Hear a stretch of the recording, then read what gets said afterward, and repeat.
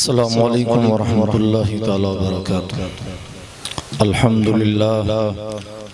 للہ الذی فضل سیدنا مولانا محمدا صلی اللہ تعالی علیہ وسلم علی العالمین جميعا وأقامه يوم القيامة للمذنبين المتلوثين الخطائين الهالكين شفيعا، فصلى الله تعالى وسلم وبارك عليه وعلى كل من هو محبوب ومرضي لديه صلاة تبقى وتدوم بدوام الملك الحي القيوم، ونشهد أن لا إله إلا الله وحده لا شريك له، ونشهد أن سيدنا ومولانا محمدا عبده ورسوله بالهدى ودين الحق أرسله صلى الله تعالى عليه وعلى آله وصحبه دائما أبدا. أما بعد، فأعوذ بالله من الشيطان الرجيم. بسم الله الرحمن الرحيم. قال الله تبارك وتعالى في القرآن العظيم والفرقان الحميد: قد جاءكم من الله نور وكتاب مبين آمنت بالله صدق الله مولانا العظيم، أو كما قال عز وجل في مقام آخر: قل يا أيها الناس إني رسول الله إليكم جميعا. یا رسول اللہ انظر حالنا، یا حبیب اللہ اسمع قالنا، اننی فی بحر غم مغرق خذ یدی ساحل لنا اشکالنا.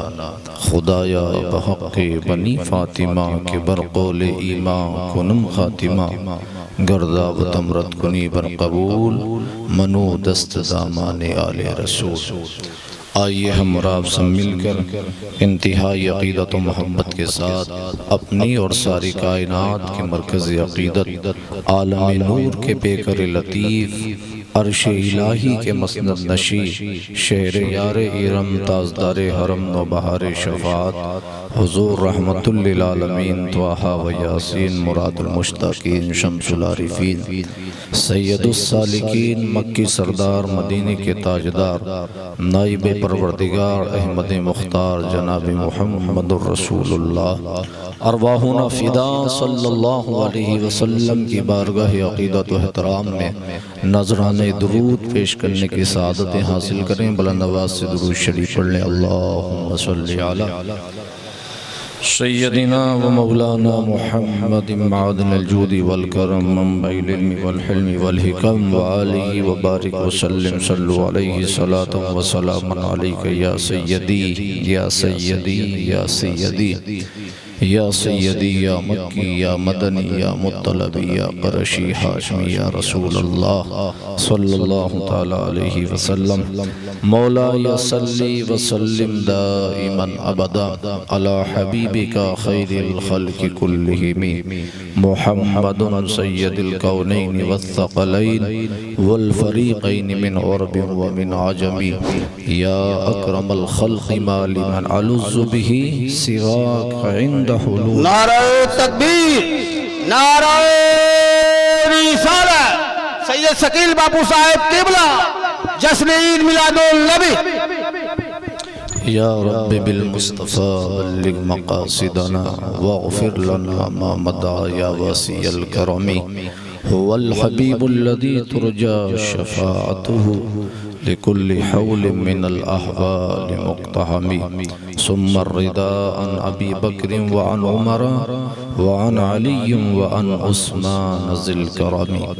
يا صاحب الجمال ويا سيد البشر من وجهك المنير لقد نور القمر. لا يمكن الثناء كما كان حقه بعد از خدا بزرگتوی قصہ مختصر. ہزار بار بشویم دہند مشک و گلاب ہنوز نام تو گفتن کمال بی ادبیست. اللہ کی سرتا بقدم شان ہے یہ انسان نہیں انسان وہ انسان ہے یہ، قرآن تو ایمان بتاتا ہے انہیں، ایمان یہ کہتا ہے میری جان ہے یہ، ایمان یہ کہتا ہے میری جان ہے یہ۔ اور میرے پیر و مرشد فرماتے ہیں منور میری آنکھوں کو میرے شمشد جوہا کر دے، غموں کی دھوپ میں وہ سایہ زلف تتا کر دے، جہاں بانی عطا کر دے بھری جنت ہبا کر دے، جہاں بانی عطا کر دے بھری جنت ہبا کر دے، نبی مختار کل ہے جس کو جو چاہے عطا کر دے، نبی مختار کل ہے جس کو جو چاہے عطا کر دے، جہاں میں ان کی چلتی ہے وہ دم میں کیا سے کیا کر دے، جہاں میں ان کی چلتی ہے وہ دم میں کیا سے کیا کر دے، زمین کو آسماں کر دے سریا کو سرا کر دے، زمین کو آسماں کر دے سریا کو سرا کر دے۔ اور فرماتے ہیں فضا میں اڑنے والے یوں نہ اترائیں ندا کر دے، فضا میں اڑنے والے یوں نہ اترائیں ندا کر دے، وہ جب چاہیں جسے چاہیں اسے فرما روا کر دیں، وہ جب چاہیں جسے چاہیں اسے فرما روا کر دیں، مجھے کیا فکر ہو اختر میرے یاور ہے وہ یاور، مجھے کیا فکر ہو اختر میرے یاور ہے وہ یاور، بلاؤ کو جو میری خود گرفتار بلا کر دے۔ حضرات گرامی وقار، اللہ رب العزت کی دی ہوئی توفیق سے اور اس کے محبوب سرور کائنات صلی اللہ علیہ وسلم کے صدقۃ و فعل میں 12 روزہ پروگرام میں سے عید میلاد النبی صلی اللہ علیہ وسلم کے حوالے سے آج 10واں خطبہ ہے، جس میں ہم اور آپ سب شریک ہیں۔ اللہ پاک ہماری حاضری کو اپنی بارگاہ میں شرف قبولیت عطا فرمائے اور ہمیں اور آپ سب کو اس 10 دن کے اللہ پاک فیوز و برکات سے مالا مال فرما دے۔ 10 دن آج کا لگا کر کے انشاءاللہ تعالی مسلسل ہو جائیں گے اور اس کے بعد 2 دن انشاءاللہ تبارک و تعالی باقی رہیں گے اور ہم کشا کشا اس جانب روا دوا ہمارا قافلہ ہو جائے گا کہ جس لیے 12 روز تک مسلسل ہم نے محافل کا انعقاد کیا ہے۔ کل ہم نے بات کی تھی ظہور نور مصطفیٰ کے حوالے سے، اور جہاں سبق ختم کیا تھا حضور کی ولادت کے حوالے سے کہ آقا علیہ السلام کی ولادت بسعادت ہوئی اور آقا علیہ السلام مکہ المکرمہ میں حضرت آمنہ خاتون کی گود میں جلوہ گر ہوئے اور اس کے کتنے لوازمات تھے، کس طرح سے حضور جلوہ گر ہوئے اور حضور کی جلوہ گری سے پہلے حال کیا تھے پوری دنیا کے، اور حضور کے جلوہ گر ہونے کے بعد کیسے حالات بدل گئے تھے، یہ ہم نے کل ذکر کیا تھا۔ اور بات یہاں تک پہنچی تھی کہ حضرت آمنہ خاتون حضور کا میلاد پڑھ رہی تھی اور ارشاد فرما رہی تھی کہ میرا لال جب دنیا میں آیا تو حالات اس طرح کے بن گئے تھے، اجالا پھیلنے لگا تھا، روشنیاں پھیلنے لگی تھی اور ہر جگہ سے لوگ آ کر کے میرے لال کے نور کا صدقہ لے رہے تھے، نور کی خیرات بٹ رہی تھی اور نور کے صدقے لٹائے جا رہے تھے، اور ان کے رخ پاک سے اللہ پاک اس طرح سے اتار کر کے اللہ رب العزت نور کی خیرات تقسیم فرما رہا تھا۔ آج کا موضوع ہی خیرات نور مصطفیٰ ہے۔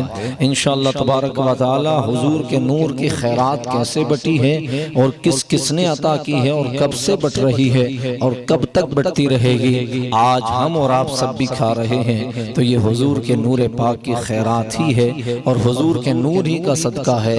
ہمارے حلق کے نیچے جو پانی کے قطرے اترتے ہیں اور جو روٹی کے لقمے اترتے ہیں، واللہ العظیم یہ ان کا رشتہ بھی دسترخوان مصطفیٰ سے جڑا ہوا ہے، حضور کے دسترخوان سے جڑا ہوا ہے۔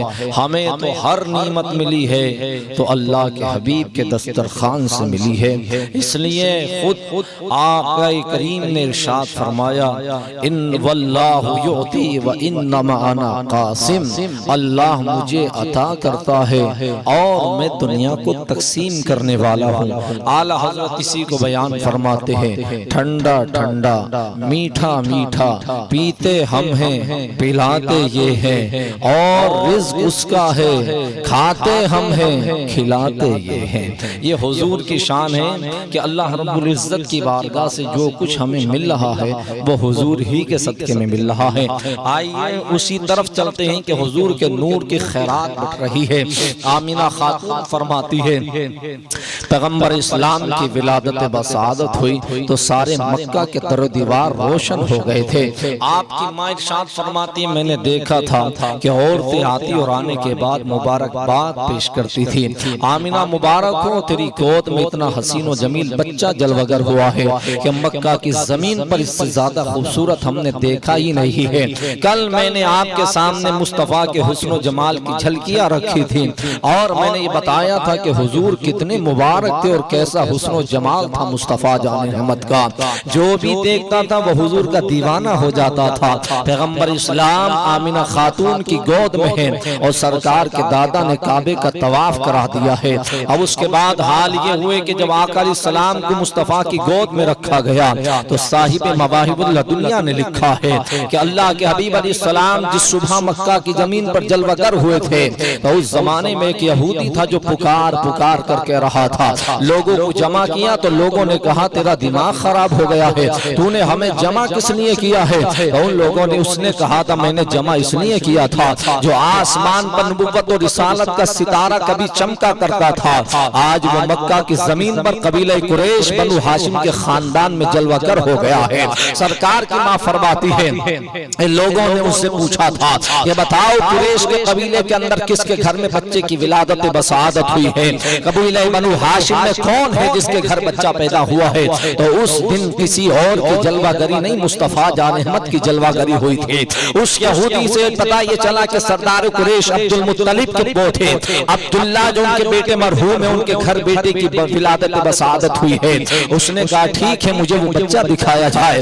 اس نے کسی سے رابطہ کیا اور سرکار کے دادا کے ساتھ یہ دیکھنے کے لیے سرکار کو آیا تھا۔ یہودی تھا جس نے توریت اور انجیل کے اندر پڑھا تھا، جس نے لوگوں کو خبریں دی تھی۔ آج وہ مکہ کی زمین پر ستارہ جلوہ گر ہو گیا ہے۔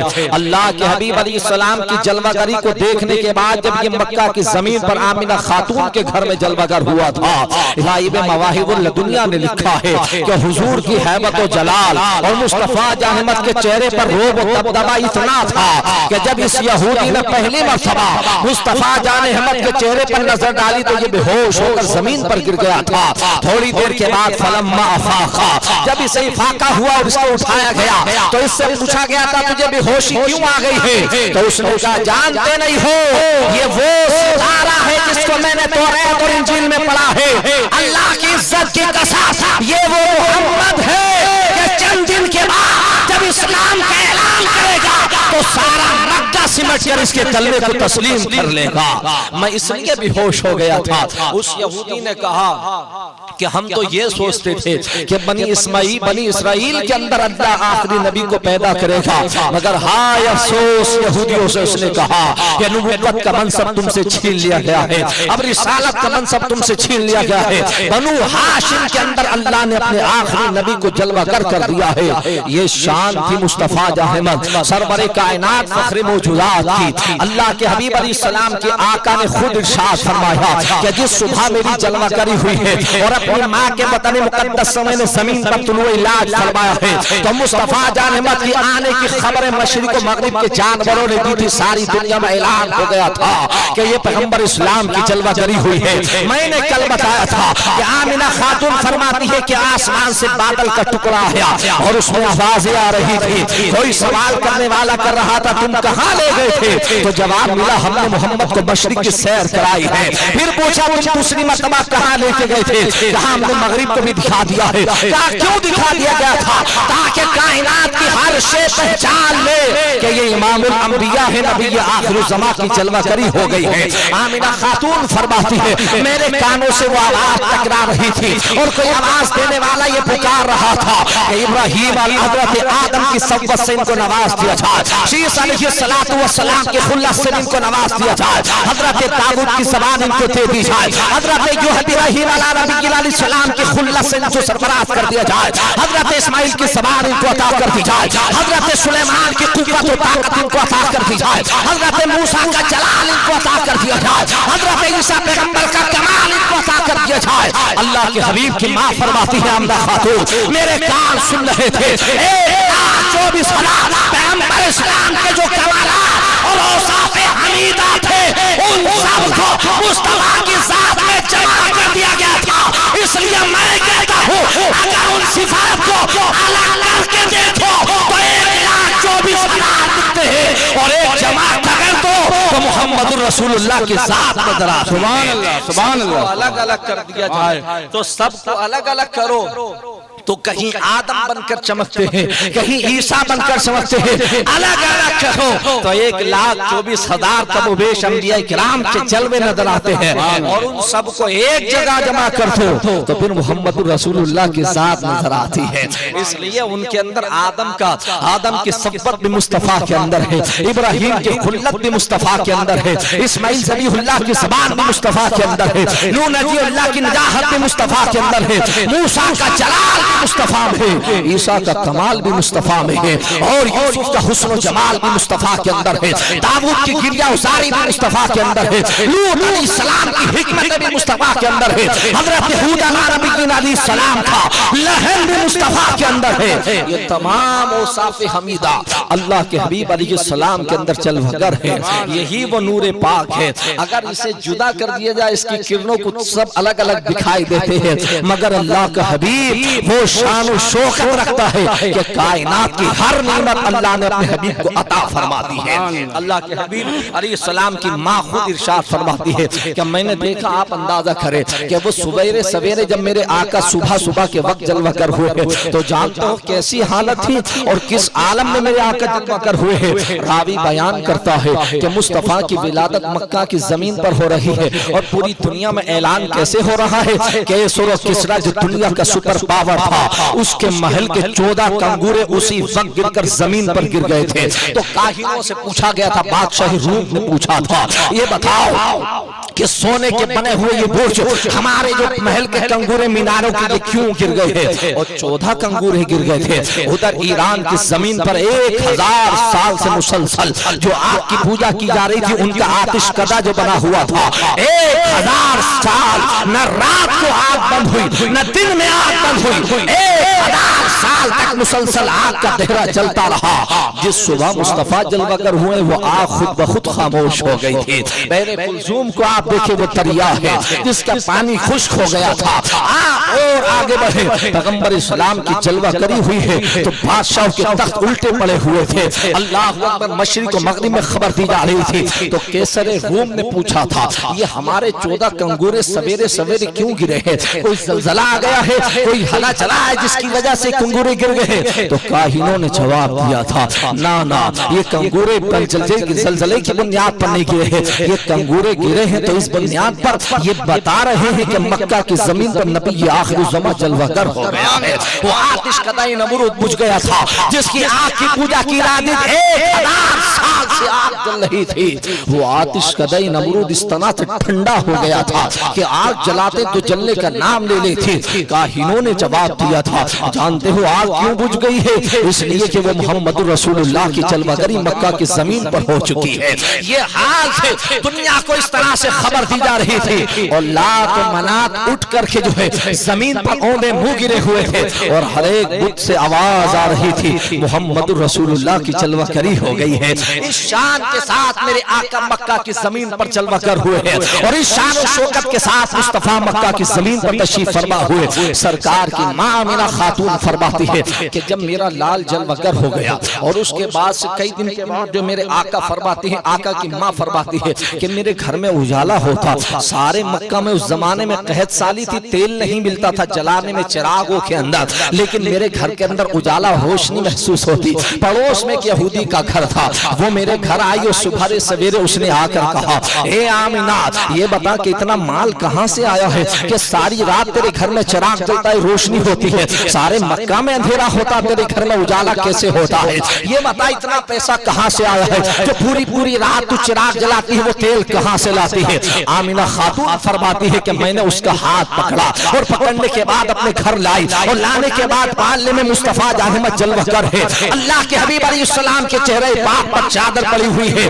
آمینہ خاتون فرماتی ہے میں نے چادر کو ہٹایا اور ہٹانے کے بعد اس یہودی عورت سے کہا, جانتی ہے میرے گھر میں رات پر کون سا چراغ جلتا ہے؟ جب سے میرا بیٹا محمد پیدا ہوا ہے میں نے چراغ بجھا دیا ہے, اب کسی روشنی کی ضرورت نہیں ہے. میرے مصطفیٰ کے چہرے سے ایسا نور نکلتا ہے کہ سارا گھر روشن ہو جاتا ہے, سارا گھر روشن ہو جاتا ہے. آمینہ خاتون خود فرماتی ہے میں نے اس سے کہا اب کسی روشنی کی ضرورت نہیں ہے, اب حضور آ گئے ہیں تو بتا پھر کس روشنی کی ضرورت ہے؟ مصطفیٰ جلوہ گر ہو گئے ہیں تو کس اجالے کی ضرورت ہے؟ ارے ساری لوگ تو دنیا انہی سے اجالا لے رہی ہے اور سب تو انہی سے خیرات مانگ رہے ہیں, پھر حضور کو اجالے کی کیا ضرورت ہے؟ پیغمبر اسلام سرور کائنات صلی اللہ علیہ وسلم ہے, آقا کی ولادت بسعادت ہوئی تو ابو لہب جو سرکار کا چچا ہے, جس کی وعید میں قرآن پاک کی ایک سورہ لہب پوری نازل ہوئی ہے, یہ حضور کا بہت بڑا دشمن تھا, بڑا ظالم تھا, اور اس کی ساری زندگی حضور کی دشمنی میں گزری ہے. اللہ اکبر, یہ وہ شخص تھا خاندان میں جس کی بددعا, جس کے لیے دعائے ہلاکت حضور نے فرمائی تھی, اور اللہ کے حبیب نے ہاتھ اٹھائے تھے اللہ اس کو تباہ و برباد فرما دے. اللہ کے حبیب علیہ السلام نے اس کے لیے دعائے ہلاکت فرمائی تو قرآن مجید کی آیت کریمہ نازل ہوئی تھی, سورت پوری, تبت یدا ابی لہب وتب ما اغنی عنہ مالہ وما کسب سیصلی نارا ذات لہب وامرأتہ حمالۃ الحطب فی جیدہا حبل من مسد. اس کی ایک بیوی تھی اور یہ اتنا بڑا دشمن تھا معاذ اللہ کہ جب حضور نے اعلان نبوت فرمایا تھا تو آقا علیہ السلام کے اعلان نبوت جس دن کیا تھا تو سب سے پہلے مکہ کی زمین سے جس نے پتھر اٹھا کے حضور کی طرف مارا تھا تو یہی بدبخت تھا حضور کا چچا جس نے سب سے پہلے پتھر مارا تھا. اس کی بیوی نے پتھر مارا اور اپنے پاؤں کی جوتی نکال کر آقا علیہ السلام کی طرف پھینکی تو جیسی زمین سے پتھر اٹھایا تھا, ہاتھ سے مارا تھا تو رب نے فرمایا تبت یدا ابی لہب وتب, ابو لہب کے ہاتھ شل ہو جائیں, ٹوٹ جائیں, تباہ ہو جائیں. ادھر یہ ہاتھ اٹھائے, ادھر قرآن میں آیت نازل ہوئی تبت یدا ابی لہب وتب ما اغنی عنہ مالہ وما کسب سیصلی نارا ذات لہب وامرأتہ. اس کی عورت کے لیے بھی تھا کہ ساتھ میں اس کی عورت بھی تباہ ہو جائے, تو ہاتھ ایسے اٹھایا تھا پتھر, حضور نے دعا فرمائی, قرآن کی آیت یہیں کہ یہیں رہے, نہ اوپر کو جاتا تھا نہ نیچے کو آتا تھا. یہ مصطفیٰ جانمت کا معجزہ ہے کہ اگر حضور کی طرف ہاتھ کوئی اٹھائے تو رب اس کے ہاتھوں کو وہیں شل فرما دیتا تھا. اللہ کے حبیب علیہ السلام تو اس کے لیے دعائے ہلاکت حضور نے فرمائی تھی. اس کا بڑا برا حشر ہوا تھا جب یہ ظالم مرا تھا تو مرنے کے بعد اس کا حال یہ ہوا تھا تو کہ مکہ کی زمین پر اتنی بدبو پھیلی تھی کہ لوگوں نے اپنی بستی چھوڑ دی تھی اور گھر چھوڑ کے بھاگ گئے تھے, اور اس کا جسم اتنا موٹا ہو گیا تھا جیسے کئی ہاتھیوں کے برابر اس کا جسم پھول گیا تھا.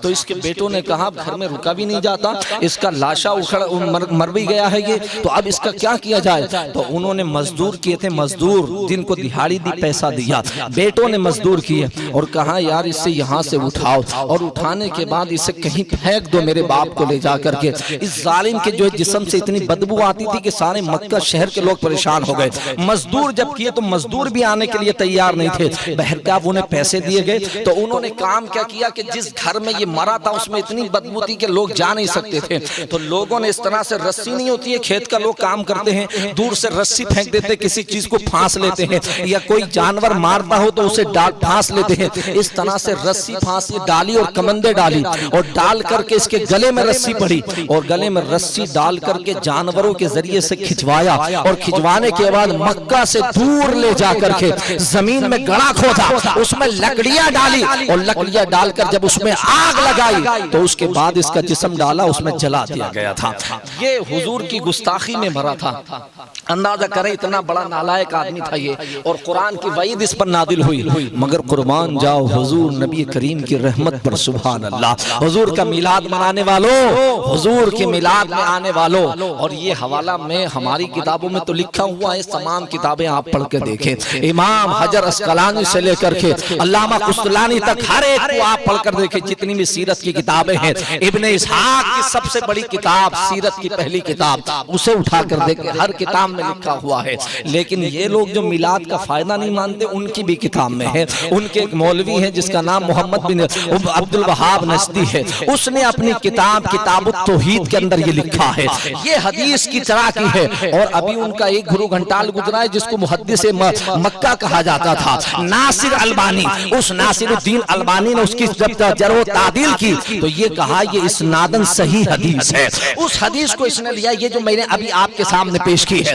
اب آپ سنیں کہ کیا ہوا جب اللہ کے حبیب کی ولادت ہوئی، تو جس صبح حضور جلوہ گر ہونے والے تھے، تو چونکہ حضور کے والد کا تو پہلے ہی وصال ہو گیا تھا، ابو لہب چونکہ چچا تھا رشتے میں، تو اس کے گھر میں ایک لونڈی تھی جو اس کی خادمہ تھی، جس کا نام صوبیہ ہے۔ اس صوبیہ خاتون کو سویرے سویرے جب حضور جلوہ گر ہو گئے تھے تو اس نے سویرے سویرے اس کی ڈیوٹی یہ لگائی تھی، جب حضور پیدا ہونے والے تھے تو کہا روزانہ جانا اور میرے مرحوم بھائی کے گھر جا کر مجھے خبر دینا، اور جب کوئی بچہ پیدا ہو تو مجھے آ کر بتا دینا کہ کیا بچہ پیدا ہوا ہے، لڑکی ہوئی ہے لڑکا پیدا ہوا ہے۔ یہ روزانہ جاتی تھی اور جانے کے بعد دیکھ کر آتی تو ابھی بچہ پیدا نہیں ہوا۔ صبح سویرے جب 12 تاریخ کو یہ حضور کے گھر میں داخل ہوئی ہے، اللہ اکبر، اور جب اس نے آمنہ کی جھونپڑی کو بکّہ نور دیکھا ہے تو یہ عورت نے دیکھا، اور حضور کو دیکھنے کے بعد یہ وہ خاتون ہے پہلی صوبیہ کہ جس نے حضور کو سب سے پہلے مکہ کی زمین پر دیکھا تھا، اور دیکھنے کے بعد اس نے حضور کو اپنے سینے سے لگایا تھا،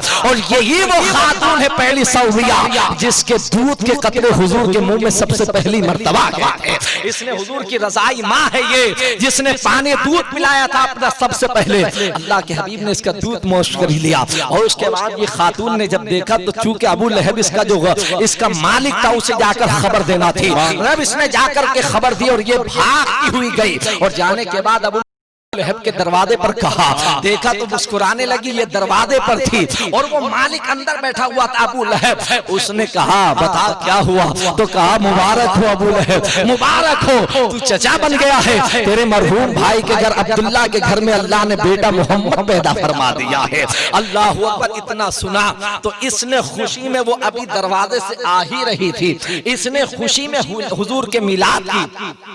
اب اس نے تو حضور کا میلاد نہیں منانا تھا، اس نے تو بھتیجا ہی سمجھا تھا کہ میرے بھائی کے گھر بیٹا پیدا ہوا ہے، بھتیجا سمجھ کے اس نے اشارہ کیا وہیں سے دروازے سے، کہا جا جا، میں نے آج اپنے بھتیجے کی خوشی میں تجھے آزاد کر دیا ہے، جا میں نے آزاد کر دیا ہے۔ حضور کے میلاد کی خوشی میں اسے کیا پتا تھا کہ یہ حضور امام الانبیاء ہے، یہ تو اپنا بھتیجا ہی سمجھ بیٹھا، سمجھا ہوا تھا، اس نے جو ہے آزاد کر دیا کہ جا میں نے آزاد کر دیا۔ اور جب تک یہ زندہ رہی حضور ہی کی خدمت میں رہی خاتون آزاد ہو کر، حضور کا یہ پہلا معجزہ ہے کہ لوگوں کو آزادی دلائی ہے مصطفیٰ نے زمین پر جلوہ گر ہونے کے بعد۔ یہ صوبیہ خاتون ہے جسے حضور نے آزاد فرما دیا تھا، ابو لہب نے آزاد کر دیا۔ اب اس کی ساری زندگی میں نے بتایا نا، یہ مرا ایسے تھا، ساری زندگی حضور کی دشمنی میں گزری۔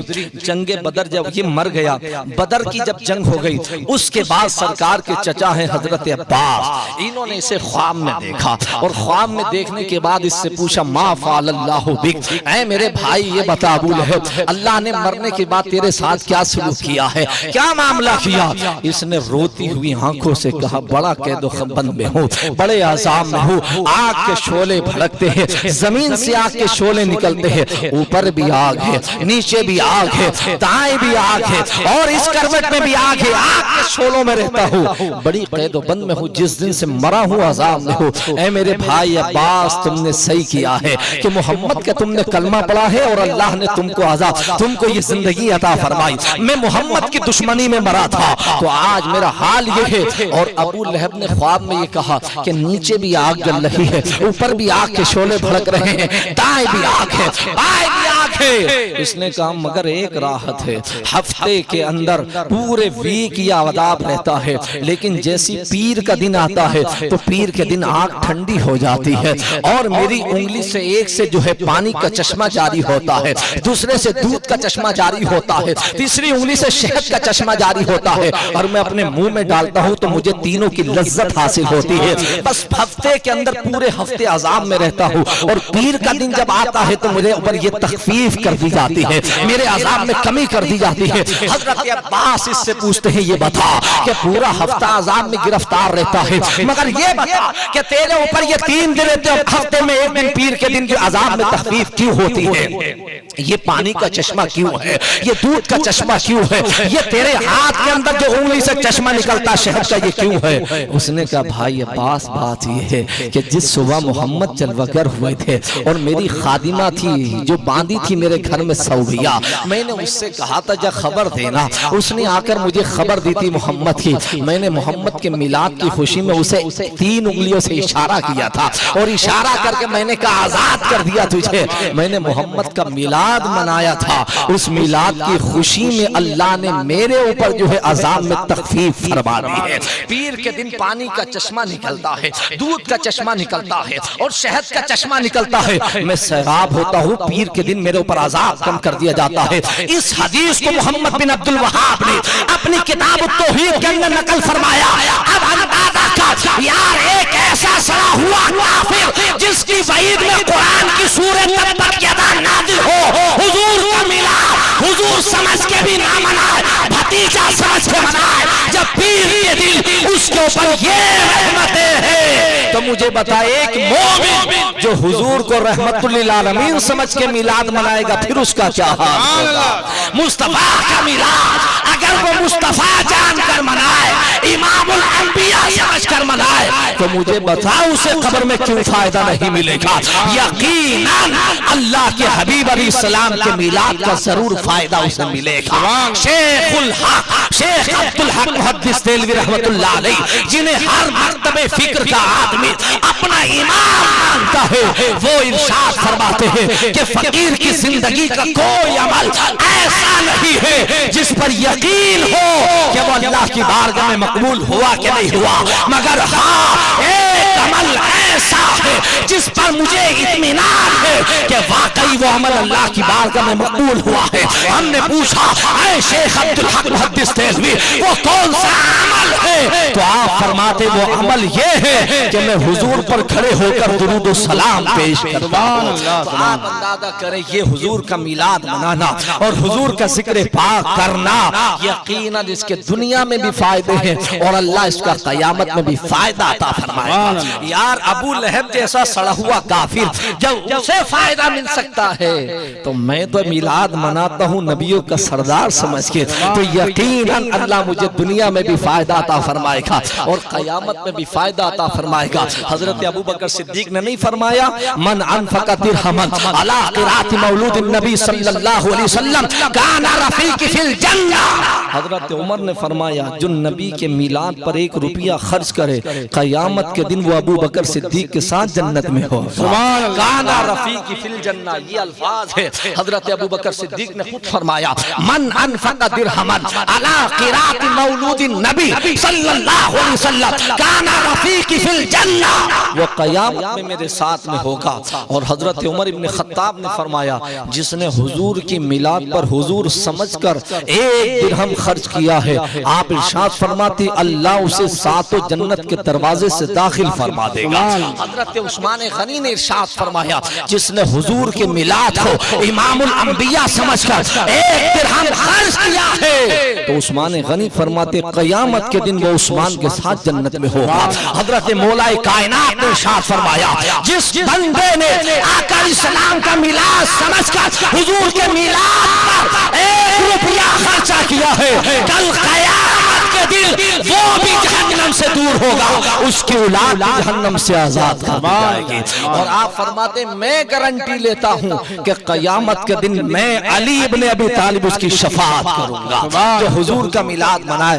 آپ اندازہ کریں حضور کا میلاد منانا اور حضور کے میلاد میں محفل کو منعقد کرنا، چراغاں کرنا، روشنی کرنا، یہ وہی کر سکتا ہے جس کے دل میں حضور کی محبت کا چراغ جل رہا ہو، اور جس کے دل میں حضور کی محبت کی چراغ کی روشنی ہوتی ہے تو پھر وہ اپنے گھروں کو بھی روشن کرتا ہے، در و دیوار کو بھی روشن کرتا ہے، محلوں کو بھی روشن کرتا ہے، اپنی آبادیوں کو روشن کرتا ہے۔ یار جو حضور کے میلاد کی بنیاد پر اپنے گھروں کو، اپنے در و دیوار کو روشن کرے گا تو قبر میں جب جائے گا تو حضور کے نور سے اللہ اس کی قبر کو روشن فرما دے گا۔ آپ اندازہ کریں، آپ نے نام سنا ہے، یو پی کا ایک شہر ہے، گاؤں ہے، پڑتا ہے لکھنؤ کے پاس، جس کا نام ہے گنج مراد آباد شریف۔ گنج مراد آباد شریف میں ایک اللہ کے بزرگ ہیں حضرت مولانا فضل الرحمان گنج مراد آبادی رحمت اللہ تعالی علیہ، سلسلہ نقشبندیہ کے امام ہے حضرت مولانا فضل الرحمان گنج مراد آبادی رحمت اللہ علیہ۔ اتنے بڑے ولی کامل تھے کہ اعلیٰ حضرت مہرارہ مقدسہ میں پہلے جب آپ بیعت لینے کے لیے گئے، آپ مرید ہونے سے پہلے انہی کے پاس تشریف لے کے گئے تھے، مولانا فضل الرحمان گنج مراد آبادی رحمت اللہ علیہ کے پاس۔ ان کو اپنا پیر بنانے کے لیے اعلیٰ حضرت گئے تھے کہ ان سے میں مرید ہونے کے لیے آیا ہوں۔ جب آپ بریلی شریف سے گنج مراد آباد شریف گئے تھے مولانا فضل الرحمان گنج مراد آبادی رحمت اللہ علیہ کی بارگاہ میں، تو آپ جانتے ہیں ادھر یہ بریلی شریف سے چلے اور ادھر مولانا فضل الرحمان گنج مراد آبادی رحمت اللہ تعالی علیہ نے اس دن سارے گاؤں کو اور اپنی خانقاہ کو سجا دیا تھا۔ لوگوں نے کہا حضور یہ اہتمام کیسا کیا جا رہا ہے؟ آپ نے فرمایا کوئی مہمان آنے والا ہے، کوئی اس دور کا مجدد میری بارگاہ میں جلوہ گر ہونے والا ہے، اس کے اہتمام کے لیے میں ساری کارروائی کر رہا ہوں۔ نہ کوئی ٹیلی فون تھا، نہ کوئی خط تھا، ادھر بریلی سے اللہ کا ولی امام احمد ادا چلا ہے مرید ہونے کے لیے، اور ادھر پیر کا حال یہ ہے کس کا؟ مولانا فضل الرحمان کا، کہ آنے سے پہلے آپ مریدوں کو خبر دینے کہ بریلی سے مولانا احمد رضا جلوہ گر ہونے والے ہیں۔ اب مجھے بتائیے کون سا سیٹلائٹ تھا، یہ کون سا کیمرہ لگا ہوا تھا جس نے دیکھا یہ مولانا فضل الرحمان گنج مراد آبادی رحمت اللہ علیہ وہ ہے جن کو مقام حضوری حاصل تھا۔ یہ اتنے بڑے عالم دین تھے۔ آپ فرماتے جب میں حدیث پڑھاتا تھا تو حدیث پڑھاتے ہوئے حال یہ ہوتا تھا کہ جلوہ مصطفیٰ میری نگاہوں کے سامنے ہوتا تھا، اور آپ جب پڑھاتے تھے تو پڑھاتے ہوئے فرماتے تھے یہ جو حدیث ہے نا یہ حضور نے فرمائی ہے، اور یہ جو کتاب میں آگے لکھے ہوئی یہ حضور نے نہیں فرمائی ہے۔ لوگ آپ سے پوچھتے تھے آپ کو کیسے پتا چلا؟ تو آپ فرماتے ہیں جب فضل الرحمان حدیث پڑھاتا ہے تو مصطفیٰ کا مکھڑا سامنے ہوتا ہے، جسے پڑھانے کے بعد حضور کے چہرے پہ خوشی آ جائے میں سمجھ جاتا ہوں حضور نے فرمایا ہے، اور جسے پڑھانے کے بعد خوشی نہ آئے میں سمجھتا ہوں حضور نے نہیں بتایا ہے۔ یہ تھے مولانا فضل الرحمان گنج مراد آبادی رحمت اللہ علیہ۔ تو آپ ہر سال عید میلاد النبی منایا کرتے تھے، لنگر پکاتے تھے، اور اس زمانے میں چونکہ لائٹنگ تو یہ ہوتی نہیں تھی اور الیکٹریسٹی کا انتظام نہیں تھا، تو وہ چراغوں میں دیوں میں تیل ڈال کر کے دیے جلایا کرتے تھے بہت سارے۔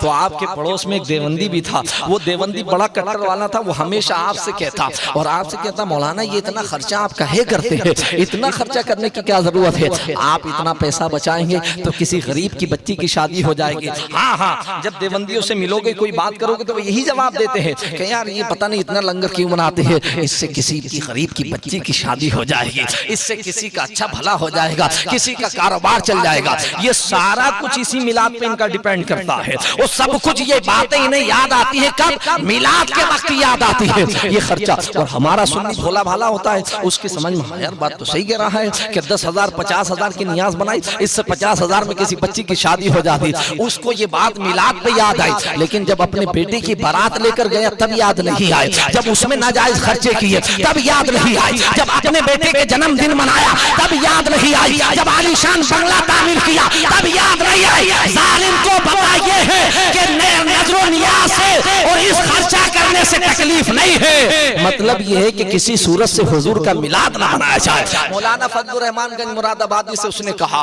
اتنا آپ خرچہ کرتے ہو، اتنے دیے آپ کیوں جلاتے ہو؟ تو آپ نے فرمایا میرا کام جلانے کا تھا، اگر تجھے تکلیف ہوتی ہے تو انہیں بجھا دے۔ آپ نے فرمایا میرا کام تھا روشنی کرنے کا، اگر تجھے تکلیف ہوتی ہے تو بجھا دے. آپ نے اس نے کہا ٹھیک ہے بجھا دوں. آپ نے فرمایا ہاں ہاں جہاں سے جلانا شروع کرے بجھا دو. اب یہ شخص جو دیوبندی خیال کا تھا, کٹر دیوبندی تھا, اس نے حسد میں آ کر وہ چراغ کو بجھانا شروع کر دیا. اب چراغ بجھاتا ہوا چلا جا رہا ہے, چلا جا رہا ہے. سارے راستے میں آپ کی خانقاہ میں چراغ لگے ہوئے ہیں, دیے جل رہے ہیں, اور تیل ڈالنے والا تیل ڈال رہا تھا. یہ ادھر سے بجھاتا ہوا جا رہا ہے, ادھر چراغ جب بجھاتا ہوا آخر میں پہنچا تو دل میں خوش ہوا, دیکھا میں نے سارے چراغ بجھا دیے. لیکن مڑ کر جب دیکھا تو جدھر سے بجھا رہا تھا چراغ خود روشن ہوتے چلے جا رہے تھے. اس نے کہا مولانا یہ چراغ میں نے ابھی بجھائے تھے, یہ کیوں روشن ہو گئے؟ آپ نے فرمایا یہ روشن کرنے والا جانے اور چراغ جانے. تیرا کام بجھانے کا تھا, میرا کام روشن کرنے کا تھا. اب میں نے کر دیا, اب تیرے بجھانے سے نہ بجھ سکا تو سمجھ جا جس نبی کو یہ گوار آئی گئی ہے کہ اس کے نام کا چراغ بجھ جائے تو مجھے بتا وہ دل کی روشنی کیسے بجھنے دے گا. اس لیے اس نے سمجھ لیا, جب سارے چراغ بجھا کر سمجھ گیا بجھاتا, جب تھک گیا تو اس نے کہا مولانا تیرا دین ہی سچا ہے اور تیرا عقیدہ ہی سچا ہے, مجھے بھی توبہ کی اللہ توفیق عطا فرمائے. مولانا فضل الرحمان کے ہاتھ پر ہاتھ رکھا اور ہاتھ رکھنے کے بعد کہا حضور آج سے میں گواہی دیتا ہوں کہ میں اللہ کے حبیب علیہ السلام کی غلامی میں آتا ہوں اور میں اعلان کرتا ہوں جو فضل الرحمان کا عقیدہ ہے وہی دین کا صحیح عقیدہ ہے. یہ حضور کا میلاد ہے. اس لیے حلیمہ صاحب آپ آئیے, آمنہ خاتون فرماتی ہے اس زمانے میں مکہ کا رواج یہ تھا کہ عورتیں بچے جب شہر میں پیدا ہوتے تھے تو عورتیں جو ہے بڑے بڑے جو وہ ہوتے تھے اس زمانے میں مکہ کے سردار وہ اپنے بچوں کو گاؤں میں بھیج دیتے تھے, اور گاؤں کی آب و ہوا بھی اچھی ہوتی ہے, گاؤں کا ماحول بھی اچھا ہوتا ہے تاکہ بچے کے نشو نما اچھے ہو جائے, بچے کی باڈی میں جو گروتھ اچھا ہو, اور بچہ ان کی زبان بھی صحیح سے, چونکہ گاؤں کی شہر کی زبان سے گاؤں کی زبان زیادہ فصیح ہوتی ہے, وہ گاؤں میں بھیج دیا کرتے تھے. اس زمانے میں دائیا ہوتی تھی, دودھ پلانے والی, غریب غربت کا زمانہ تھا تو عورتیں دودھ پلاتی تھی, انہیں پیسہ ملتا تھا, اجرت ملتی تھی, اور اس سے وہ اپنا گھر کا خرچہ وغیرہ چلاتی تھی. حضرت حلیمہ سعدیہ اس زمانے میں قبیلہ بنو سعد تھا جو مکہ کی 12 پہاڑیوں کے پار میں تھا, مکہ سے دور تھا یہ قبیلہ. جب آقا علیہ السلام کی ولادت بسعادت ہوئی ہے تو اللہ کے حبیب علیہ السلام کی ولادت بسعادت کے بعد جب یہ خبر قبیلہ بنو سعد پہنچی تھی تو قبیلہ بنو سعد کی عورتیں, ایک روایت میں آتا 10 عورتیں, 9 عورتیں تیار ہوئی, 10ویں عورت کا نام حلیمہ خاتون ہے. ساری عورتوں نے مل کر کہا بہن حلیمہ کو بھی اپنے ساتھ میں لے لو. حلیمہ خاتون سے لوگ قبیلے والے بڑی محبت کرتے تھے, بنو سعد کے قبیلے کی رہنے والی ایک خاتون تھی. یہ ساری عورتیں تیار ہوئی, انہوں نے کہا چلو ہم مکہ سے بچے پیدا ہوئے ہیں, وہاں سے بچے لے آتے ہیں, دودھ پلائیں گے, پرورش کریں گے, پیسہ ملے گا تو گھر کا خرچہ چل جائے گا. حلیمہ سعدیہ فرماتی ہے کہ وہ عورتیں ملی اور ملنے کے بعد میرے پاس آئی 9 عورتیں ہیں. انہوں نے آ کر کہا بہن حلیمہ ہم نے مکہ شہر میں جانے کا ارادہ کیا ہے, وہاں سے ہم عورتیں بچے لے کر کے آئیں گے, بچوں کو دودھ پلائیں گے, گھر کا خرچہ چلے گا, تیرے گھر کے حالات بھی ٹوٹے ہوئے ہیں, ایسا کر تو بھی ہمارے ساتھ میں چل. حلیمہ سعدیہ فرماتی ہے نا نا میں تمہارے ساتھ میں نہیں جا سکتی ہوں, اس لیے کہ میرا شوہر بھی بیمار ہے اور میری جو سواری ہے وہ بھی بیمار ہے, وہ چند دنوں سے میرے گھر میں فاقہ چل رہا ہے, دودھ کا بھی انتظام نہیں ہے, میرے بچے پانی پر گزارا کر رہے ہیں, میرے گھر میں کھانے پینے کا کوئی انتظام نہیں ہے, میں جانے کی طاقت بھی نہیں رکھتی ہوں. عورتوں نے زور ڈالا اور زور ڈالنے کے بعد قبیلہ بنو سعد کی عورتوں نے کہا تھا حلیمہ تمہیں ہمارے ساتھ چلنا ہی ہوگا, تمہارے ہمارے ساتھ جانا ہی ہوگا. یہ 9 عورتیں تھی, انہوں نے حلیمہ سعدیہ سے آ کر کے کہا تھا اے حلیمہ سعدیہ بہن ہمارے ساتھ میں چلو.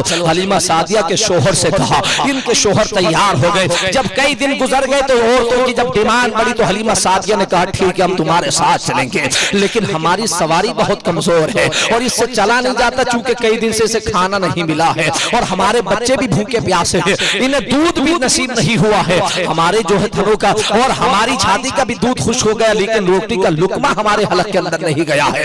حلیمہ سعدیہ فرماتی عورتوں نے تیار کیا, میرے گھر میں ایک اونٹنی تھی وہ بھی لاغر تھی جس سے چلا نہیں جا رہا تھا, میں نے اپنے شوہر کو لیا اور اپنا چھوٹا بچہ عبداللہ جو دودھ پی رہا تھا اسے ساتھ میں لیا, اور لینے کے بعد ہم اپنی اونٹنی پر سوار ہوئے. اب میں قبیلہ بنو سعد سے مکہ کی طرف سفر کیا ہے. اب فرماتی حلیمہ خاتون جب ہم مکہ کی طرف جا رہے تھے تو عورتوں کی سواریاں بڑی تیز رفتار تھی, طاقتور تھی, گود کھایا ہوا تھا, تو وہ سواریاں تیز تیز چل رہی تھی, میری سواری بیٹھ بیٹھ کر جا رہی تھی.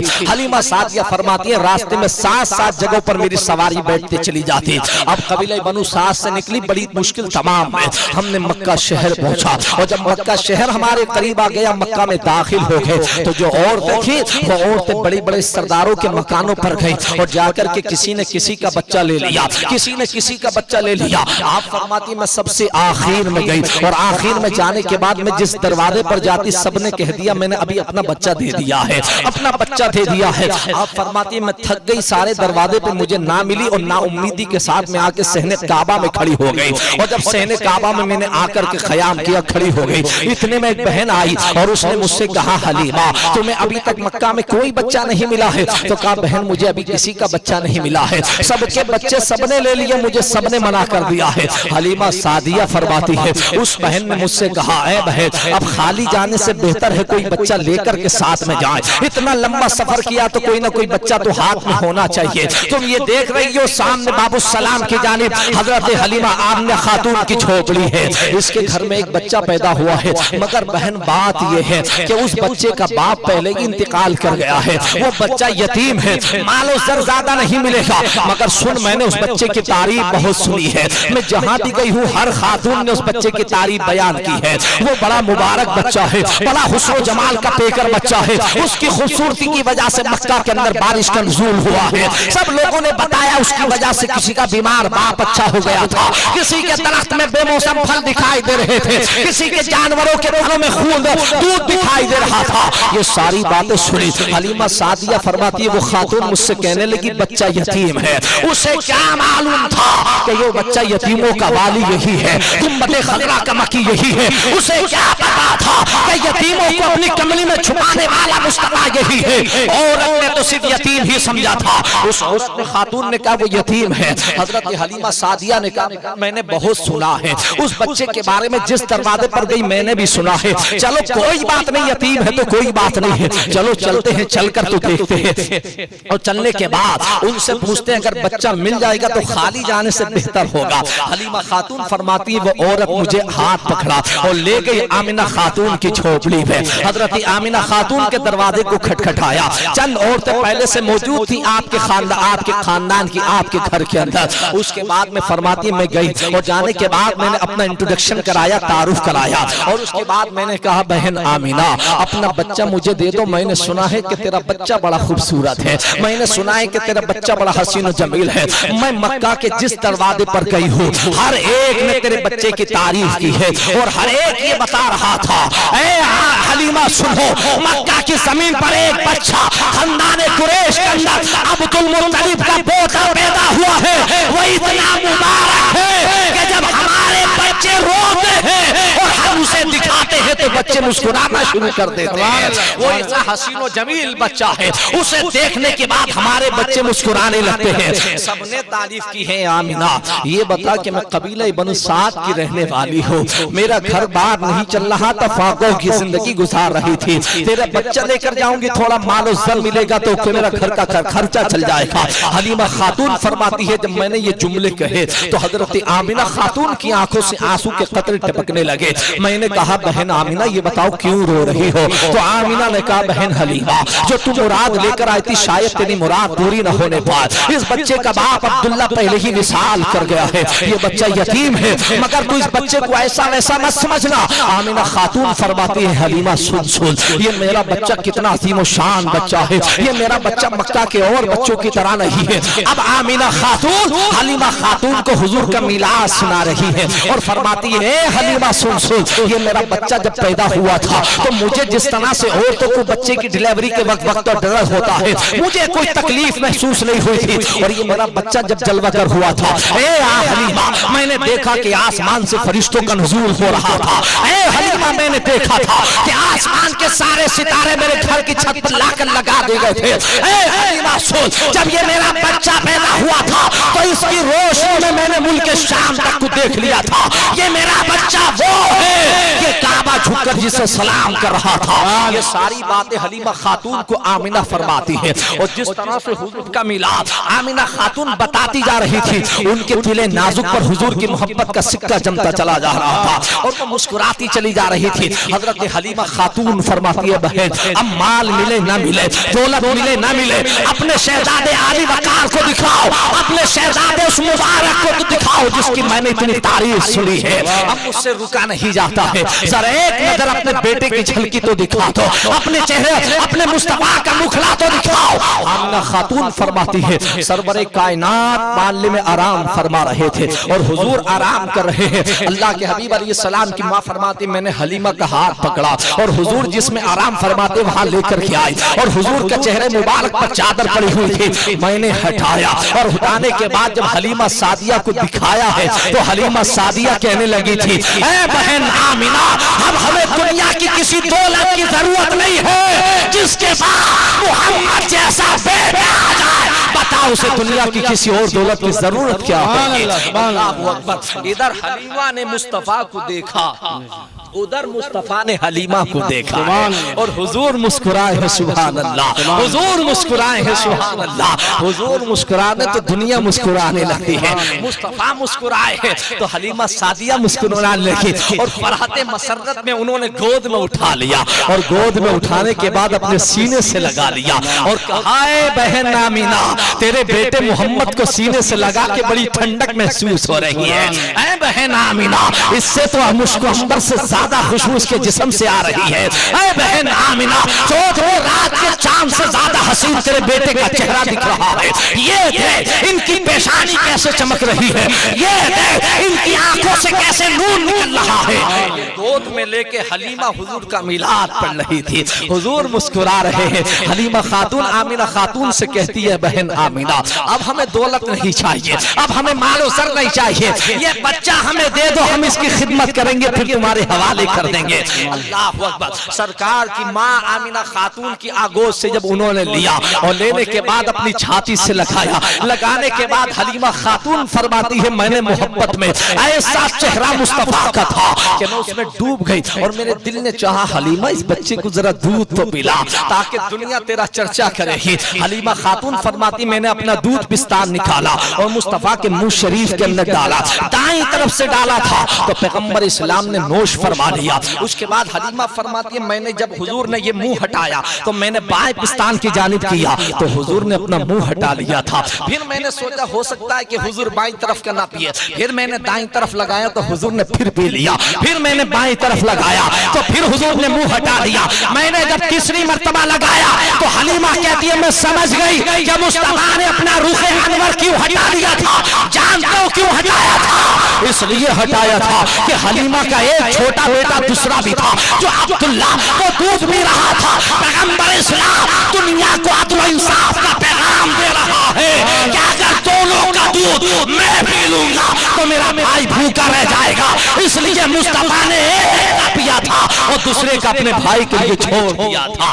اس لیے آقا حضرت فاضل بریلوی بریلی شریف سے اعلان کرتے ہیں, یا رسول اللہ علیہ السلام, بھائیوں کے لیے ترک پستہ کرے, دودھ پیتے کی نسبت پہ لاکھوں سلام. یہ وہ مصطفیٰ ہے عدل و انصاف کا پیکر جو ماں کی گود میں بھی اپنے بھائی کو مکمل حق عطا. سبحان اللہ. اب مجھے بتا, اس کے ماننے والی قوم کیسے دنیا میں نا انصافی کر سکتی ہے, کیسے عدل و انصاف سے کھلواڑ کر سکتی ہے.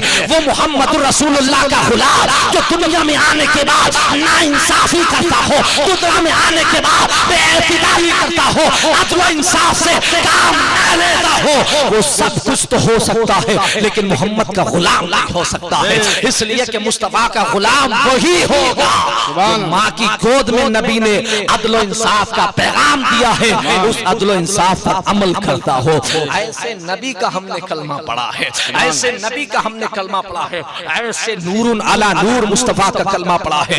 آج دنیا بھوک رہی ہے 1450 صدیاں گزرنے کے بعد. اللہ اکبر. اس نبی نے جو ماں کی گود سے مکہ کی زمین سے نکلا تھا, پوری دنیا کی پردے پر کوئی دنیا کا ایسا خطہ نہیں ہے، زمین کا ایسا کونا باقی نہیں ہے، زمین کا کوئی چپا ایسا آج باقی نہیں ہے، اللہ اکبر کبیرہ، زمین کا کوئی ایسا باقی نہیں جہاں آسمان کا سورج نکلتا ہو، اس کی روشنی پھیلتی ہو اور وہاں مصطفیٰ کا غلام موجود نہ ہو۔ زمین کے کونے کونے پر، زمین کے چپے چپے پر جہاں سورج نکلتا ہے وہاں مصطفیٰ کے غلاموں کی جماعت موجود ہے۔ آج دنیا 1450 سال کے بعد بھی یہ یہودیوں کی ناجائز اولاد ہے اس طرح سے اٹیک کرتی ہے اور مصطفیٰ کے جذبات، غلاموں کے جذبات کو مجروح کرنا چاہتی ہے۔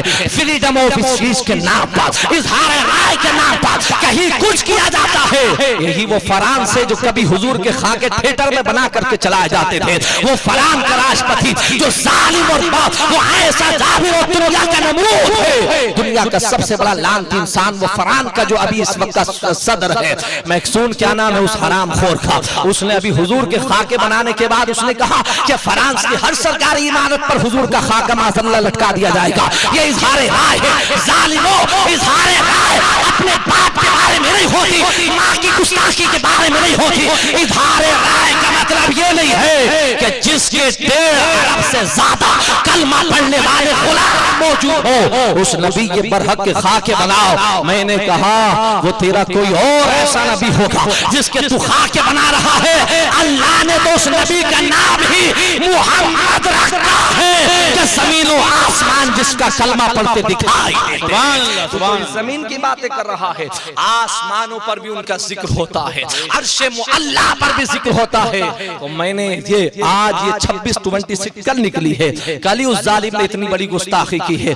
یہ انشاءاللہ تبارک و تعالیٰ آپ دیکھیے گا، یہ تھوڑے تھوڑے دن میں ایسے فتنے اٹھتے ہیں اور اٹھنے کے بعد ایسی الغاریں ہوتی رہتی ہے۔ یہ ہمارے ایمان اور عقیدے کا ٹیسٹ ہوتا ہے کہ اس سینے کے اندر کتنا دین اور محبت باقی ہے کہ نہیں باقی ہے۔ ظالموں تم کب تک اس کو آزماتے رہو گے؟ تم مصطفیٰ سے رشتہ جو مصطفیٰ کی امت کا ہے کب تک اس کا ٹیسٹ لیتے رہو گے؟ واللہ العظیم ہمارے خون کا رشتہ مصطفیٰ کی محبت سے ایسا ہے کہ مسلمان سب کچھ تو برداشت کر سکتا ہے لیکن اپنے محبوب کی گستاخی برداشت نہیں کر سکتا ہے۔ مسلمان بھوکا رہ سکتا ہے، مسلمان پیاسا رہ سکتا ہے، مسلمان بچوں کی قربانی دے سکتا ہے، گھر-بار لٹا سکتا ہے، بچے یتیم کرا سکتا ہے، بیوی کا سواق کروا سکتا ہے، لیکن اپنے محبوب کی شان میں گستاخی کو برداشت نہیں کر سکتا ہے۔ اس لیے کہ ہمارے خون کا رشتہ جتنی تیز سے ہماری رگوں کے اندر خون گردش کرتا ہے اس سے کہیں زیادہ تیز حضور کی محبت خون کی جگہ گردش کرتا ہے۔ اس لیے مفکر لاہوری نے کہا تھا کہ محمد سے وفا تو نے تو ہم تیرے ہیں، یہ جہاں چیز ہے کہ لوح و قلم۔ آپ سے اس بھرے جلسے میں میں اپیل کرتا ہوں کہ آپ کچھ نہیں کر سکتے ہیں تو ایک کام تو آپ ضرور کر سکتے ہیں، یہ آپ کے بس کی بات ہے کہ جتنا بھی فرانسیسی پروڈکٹ مارکیٹ میں ہے، چاہے وہ کوسمیٹک کے ذریعے ہو یا کھانے کے ذریعے ہو یا چپس کے ذریعے ہو یا آئل کے ذریعے ہو، جتنا بھی فرانسیسی پروڈکٹ مارکیٹ میں ہے آپ اسے نہ خریدیں، اس کا بائیکاٹ کریں۔ یہ بھی آپ کا احتجاج ہوگا۔ اگر آپ نے حضور کی محبت میں اس طرح کا قدم اٹھایا تو واللہ العظیم اس 12 ربیع الاول کے میلاد کی عزت کی قسم ہے کہ قیامت کے دن آمنہ کا لال ہماری آپ کی شفاعت کرے۔ سبحان اللہ، سبحان یقیناً حضور ہماری شفاعت کریں گے۔ ہر شخص اپنی جیب سے اپنا موبائل نکالے، اس کی لائٹ چلائے اور لائٹ چلانے کے بعد میرے ہاتھ کے ساتھ اٹھا کر اس بات کا وعدہ کرے، ہر شخص اپنا موبائل نکالے تاکہ دنیا کو یہ پیغام جانا چاہیے کہ محمد الرسول اللہ کو اگرچہ 1450 سال ہو گئے تو یہ رشتہ ختم نہیں ہوا ہے۔ واللہ العظیم یہ رشتہ کل بھی جڑا ہوا تھا، یہ رشتہ آج بھی جڑا ہوا ہے اور قیامت کی صبح تک جڑا ہوا رہے گا۔ ہر شخص اپنا موبائل باہر نکالے اور نکالنے کے بعد اس کی لائٹ چلائے اور لائٹ چلانے کے بعد اس طرح سے اشارہ کرے اور ہر شخص اس بات کو پلٹ کرے اور دنیا اسے ریکارڈ کرے اور ہم ہاتھ اٹھا کر اس بات کی گواہی دیتے ہیں کہ ہم فرانس کا بائیکاٹ کرتے ہیں، ہم اسے کبھی برداشت برداشت نہیں کر سکتے کہ ہم زندہ رہے اور ہمارے زندہ رہتے ہوئے کوئی ہمارے مصطفیٰ کی گستاخی کرے. اسے کبھی برداشت نہیں کیا جا سکتا ہے. ہم سب کچھ برداشت کر سکتے ہیں لیکن اپنے محبوب کی گستاخی کو برداشت نہیں کر سکتے ہیں. مصطفیٰ کی گستاخی برداشت نہیں کر سکتے اس لیے کہ ہم اپنی جان سے زیادہ حضور سے پیار کرتے ہیں. اپنے موبائل نیچے رکھیے گا, آپ کا یہ ریکارڈ انشاءاللہ تعالی درج ہوگا اور حضور کی محبت حضور دیکھ رہے ہیں. جس طرح سے آج آپ نے اس چراغے کا اہتمام کیا ہے, قیامت کے دن مصطفیٰ اپنی شفاعت سے ضرور سرفراز فرمائیں گے. اس لیے کہ ہم سب کچھ برداشت کر سکتے ہیں, حضور کے ساتھ سودا برداشت نہیں کر سکتے. اس لیے ہمیں مت آزمایا کرو, اس لیے کہ ہمارا رشتہ ہی حضور سے ایسا ہے کہ ہم حضور کو صرف اپنا قائد ہی نہیں مانتے ہیں بلکہ اپنی جان سے زیادہ عزیز سمجھتے ہیں. ہماری جان کی حیثیت ہی کیا ہے جو حضور جس راہ پر حضور نے قدم رکھا ہے اس گرد راہ پر ہم اپنی جان قربان کرنے کے لیے تیار ہیں. یہ حضور سے ہماری والہانہ محبت ہے. سب کچھ مسلمان برداشت کر سکتا ہے لیکن حضور کی گستاخی کبھی برداشت نہیں کر سکتا ہے. حلیمہ خاتون فرماتی ہے سرکار کی ماں نے کہا کہ یہ میرا لال جسے تو نے گود میں لیا اور دودھ پلایا یہ ایسا ہے. حلیمہ کہتی ہے بہن آمینہ اب ہمیں مال کی ضرورت نہیں ہے, آپ ہمیں انہیں دے دیں اور ہم انہیں لے کر اپنے قبیلے میں چلے جاتے ہیں. اللہ اکبر. سرکار کی ماں حضرت آمینہ خاتون نے اپنے لال کو اپنی گود میں لیا اور اپنے سینے سے لگایا, پیشانی کا بوسہ لیا اور بھیگی ہوئی پلکوں سے سرکار کی ماں نے حلیمہ سعدیہ کے حوالے کیا. کہا بیٹا حلیمہ اللہ تیری حفاظت فرمائے, میرے لال کی حفاظت کرنا. یہ لال میرا ایسا ویسا نہیں ہے, اس کی میں نے تمہیں بتا دیے ہے. سرکار کے دادا عبدالمطلب آگے اور آنے کے بعد آپ نے فرما حلیمہ تجھے مکہ کے سارے سرداروں سے زیادہ مال و زر اس کا دادا تجھے عطا کرے گا, میرے لال کا خیال رکھنا. حلیمہ سعدیہ فرماتی ہے میں نے سرکار کو لیا اور لینے کے بعد میں اپنی سواری پر جس اونٹنی سے میں آئی تھی جو 7 جگہوں پر بیٹھتی آ رہی تھی, میں اپنے لال کو لیا اور لینے کے بعد حضور کو لے کر اپنی سواری پر سوار ہوئی. میں نے اپنے شوہر کو پیچھے بٹھایا, مصطفیٰ کو آگے بٹھایا اور بٹھانے کے بعد اب میں نے جب مکہ سے اپنی سواری چلائی ہے تو اب ساری سواریاں پیچھے رہ گئی اور میری سواری سب سے آگے نکل جا رہی ہے. تو عورتوں نے مجھ سے کہا تھا اے حلیمہ خاتون یہ بتا کہ تو نے مکہ سے سواری خرید لی ہے نہیں یا اونٹنی کو چینج کر دیا ہے جو سب سے آگے جا رہی ہے. تو حلیمہ خاتون فرماتی ہے لوگوں سنو میں نے اپنی سواری نہیں بدلی, سواری وہی ہے لیکن یہ سوار میں نے بدل دیا ہے. یہ محمد رسول اللہ کے بیٹھنے کی برکت ہے کہ بے جان اونٹنی کے اندر جان پڑ گئی ہے. حلیمہ فرماتی ہے جن گلیوں سے میں گزر رہی تھی وہ راستے مہکتے چلے جا رہے تھے تو عورتوں نے مجھ سے کہا تھا اے حلیمہ یہ بتا کہ مکہ کی کون سی مارکیٹ سے خوشبو خرید کر کے لائی ہے جو ساری گلیاں مہکتی چلی جا رہی ہے. تو حضرت سعدیہ بیان فرماتی ہے میں نے کہا تھا بہن میں نے کوئی خوشبو نہیں خریدی ہے, یہ سردار قریش عبدالمطلب کے پوتے محمد کے گزرنے کی برکت ہے کہ جن گلیوں سے گزرتی ہوں خوشبو آتی چلی جاتی ہے. ارے مصطفیٰ جن راستوں سے گزرے یقیناً خوشبو آتی ہے. اس لیے اعلیٰ حضرت سرکار فرماتے ہیں ان کی مہک نے دل کے گنجے کھلا دیے ہیں, جس راہ چل گئے ہیں کوچے بسا دیے ہیں.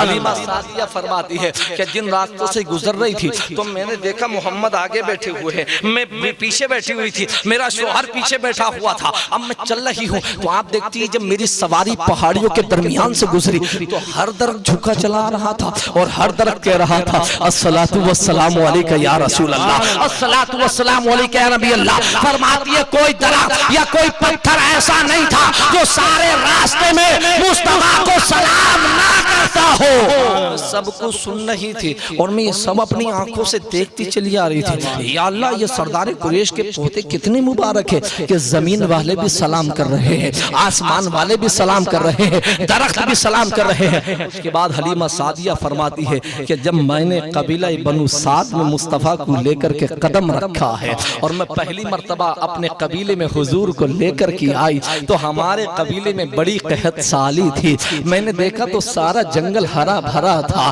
بے موسم درختوں میں پھل دکھائی دے رہے تھے. میں نے اپنے شوہر سے کہا دیکھو تو جانوروں کے تھنوں میں کتنا دودھ ہے. کہا میرے شوہر گئے اور جانوروں کے تھنوں کا دودھ نکالا تو میرے گھر میں جتنے برتن تھے سب بھر گئے تھے, دودھ پھر جتنے کا جتنا باقی تھا تھنوں کے اندر. میں نے کہا کہ پورے قبیلے کے اندر روشنی پھیل گئی اور سارے قبیلے والے اکٹھا ہو کر آئے. حلیمہ مبارک ہو کہ مدینہ سے مکہ سے ایسا بچہ بچہ لے کر کے آئی ہے جس کے آنے سے ہمارے گاؤں میں ہریالی پھیل گئی ہے، جس کے آنے سے ہمارے جانوروں کے تھنوں میں دودھ آ گیا ہے، جس کے آنے سے ہمارے گھروں کے بیمار اچھے ہو گئے ہیں۔ اور دیکھو تو یہ محمد ہیں جنہیں ہمارے بچے دیکھ کر مسکرانے لگتے ہیں۔ یہ اللہ کے حبیب علیہ السلام کی جلوہ گری تھی جو قبیلہ بنو سعد میں مصطفیٰ جلوہ گر ہوئے۔ اللہ اکبر، اللہ کے حبیب علیہ السلام کا سلسلہ قبیلہ بنو سعد میں چلتا رہا اور پیغمبر اسلام اسی میں جلوہ گر رہے۔ حلیمہ سعدیہ فرماتی ہے میں اپنے لال کو دودھ پلاتی تھی اور دودھ پلا کر کے میں آقا علیہ السلام کو لٹا دیتی تھی اور لٹانے کے بعد میں دیکھتی تھی اور لوریاں دیتی تھی تو ایسا لگتا تھا جیسے آسمان سے فرشتے اترے ہوئے ہیں اور وہ محمد سے کہتے سو جاؤ پیارے، سو جاؤ پیارے، سو جاؤ پیارے، رونا نہیں، سو جاؤ پیارے۔ اللہ کے حبیب علیہ السلام مسکراتے تھے اور آسمان کے فرشتے جبریل حضور کو لوریاں دیتے تھے، جھولا ہلاتے تھے۔ اس شان و شوکت کے ساتھ قبیلہ بنو سعد کے اندر میرے آقا سرور کائنات کی جلوہ گری ہوئی۔ 2 سال تک مسلسل دودھ پلایا حضرت حلیمہ سعدیہ نے۔ آپ فرماتی ہے سویرے سویرے میرے گھر میں بھیڑ لگ جاتی تھی، لوگ آتے اپنے بچوں کو میرے گھر چھوڑ جاتے اور کہتے تھے حلیمہ جب یہ تیرے بچے محمد کو دیکھتے تو ہمارے بچے رونا بھول جاتے ہیں، یہ سب تیرے بچے کے ساتھ کھیلتے ہیں۔ اللہ کے حبیب علیہ السلام کی بارگاہ میں سب بچے آتے اور مورخ نے لکھا کہ نبی کی بارگاہ میں آتے اور نبی ان کے سر پر نبی کا ہاتھ رکھواتی۔